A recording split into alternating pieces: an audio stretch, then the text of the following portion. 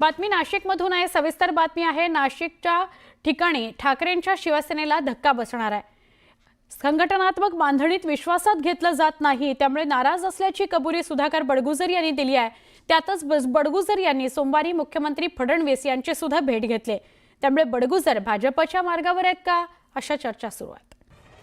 त्या उद्घाटनाच्या निमित्ताने माननीय मुख्यमंत्री या ठिकाणी आले होते आणि मी त्यांच्याकडे कालपासून वेळ मागितलेली होती।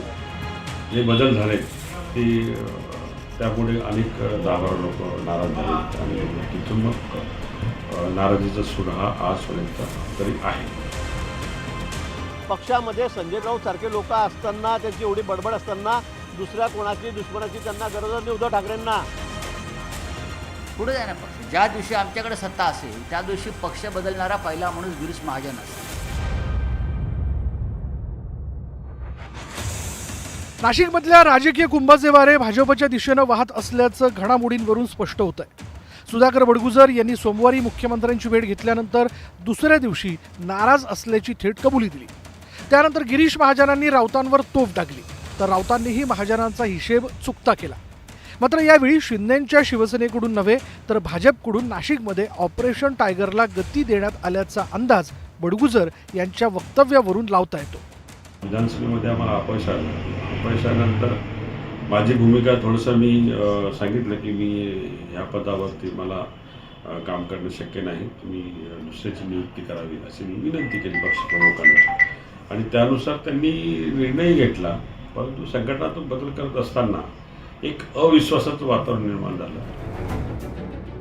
नाशिकमध्ये सुधाकर बडगुजर यांनी नाराजी व्यक्त केल्यानंतर गिरीश महाजन यांनी तर ठाकरेंच्या पक्षात राज्यभरात हेच चित्र असल्याचा दावा केला। नुसते सुधाकर बडगुजरच नाही, अनेक नेते, म्हणजे नाशिक जिल्ह्याचंच म्हणत नाही, मी महाराष्ट्राचंही म्हणतो। आणि नाशिक जिल्ह्यात तर आता या शिवसेनेमध्ये राहायला कोणीही तयार नाही, कोणीच तयार नाही। हे असे लोक असताना कुणाची दुसऱ्याची दुश्मनाची गरज नाही। सुधाकर बडगुजर आणि गिरीश महाजन यांना जोडणारा एक धागा म्हणजे सलीम कुत्ता आहे का, असं म्हटल्यास अतिशयोक्ती होणार नाही।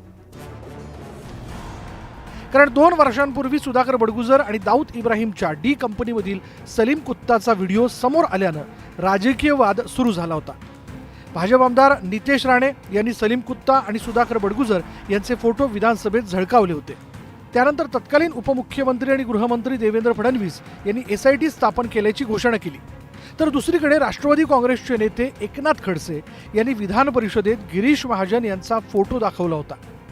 फोटो सलीम कुत्ता सोबतचा आहे असा दावा खडसेंनी केला होता। सुधाकर बडगुजर यांच्यावर कारवाई होते तर मग महाजन यांच्यावर का नाही, असा सवाल एकनाथ खडसेंनी उपस्थित केला होता। एकंदरीतच 2 वर्षांपूर्वी सलीम कुत्तावरनं बडगुजर आणि महाजनांवर प्रचंड टीका आणि आरोप करण्यात आले होते। आता हे दोन्ही नेते एकाच पक्षात दिसण्याची चिन्ह दिसत असल्यानं संजय राऊतांनीही भविष्यात काय होऊ शकतं याकडे लक्ष वेधलं। ज्या दिवशी आमच्याकडे सत्ता असेल त्या दिवशी पक्ष बदलणारा पहिला माणूस गिरीश महाजन असेल। नाही, उद्धव ठाकरे मुख्यमंत्री असताना ह्यांच्या चौकशा सुरू झाल्या होत्या, तेव्हाचे पक्ष बदलायला तयार होते। उद्धव ठाकरे किंवा सरकार होतं महाविकास आघाडीचं आणि यांच्या आर्थिक घोटाळ्यांच्या आणि इतर काही भानगडींच्या चौकशा सुरू होत्या, तेव्हा हेच निरोप पाठवत होते, मी राजकारणातून बाहेर पडतो, मी शांत बसतो। नाशिकमध्ये होणाऱ्या सिंहस्थ कुंभमेळ्याच्या आधी राजकीय कुंभाला सुरुवात झाली आहे। नाशिकला पालकमंत्री नसला तरी भाजपनं गिरीश महाजनांना कुंभमंत्री करून जिल्ह्यावरील पकड मजबूत करण्याचा प्रयत्न केला। देवेंद्र फडणवीस यांनी मुख्यमंत्रीपदाच्या पहिल्या टर्ममध्ये नाशिकचं पालकत्व स्वीकारलं होतं। कारण मुंबई पुण्यानंतर नाशिकची महापालिका राजकीयदृष्ट्या महत्त्वाची मानली जाते। एकेकाळी शिवसेना प्रमुख बाळासाहेब ठाकरेंच्या पक्षावर नाशिकच्या मतदारांनी प्रचंड प्रेम केलं होतं। त्यानंतर 2012 मध्ये राज ठाकरेंच्या मनसेवरही नाशिकच्या मतदारांनी विश्वास टाकला होता। नाशिकच्या महापालिकेवर मनसेची सत्ता होती।